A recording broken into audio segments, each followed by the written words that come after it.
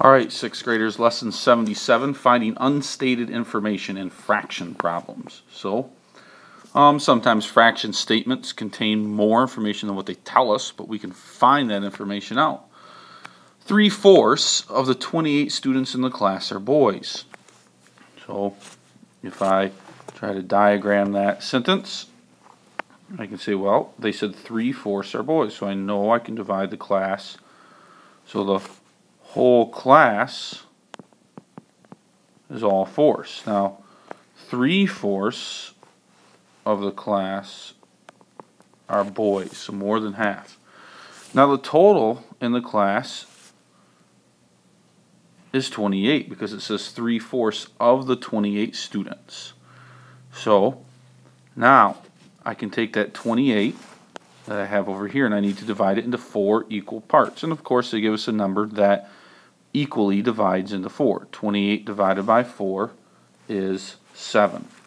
So in each box I should always write a number, and I have to write the same number in every box. I can't have a box of 6, 7, 7, and 8. It's got to be all the exact same numbers.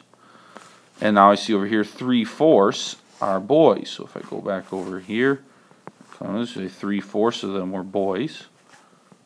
Okay. Now, there's no questions that are asked here, but if I wanted to try to answer some of those questions, I could say, well, 3/4 are boys, so 7 times 3 is 21. So there are 21 boys in the class. And I can also say down here, then there's one other number, there's 7, so there are 7 girls in the class. I could talk about percentages.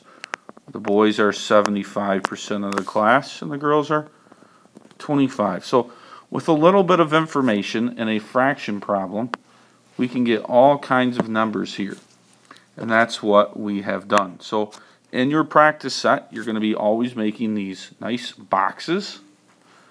Then based on the fraction that they tell you, in this case they told us it was 3/4, your denominator is going to determine how many boxes to divide it into.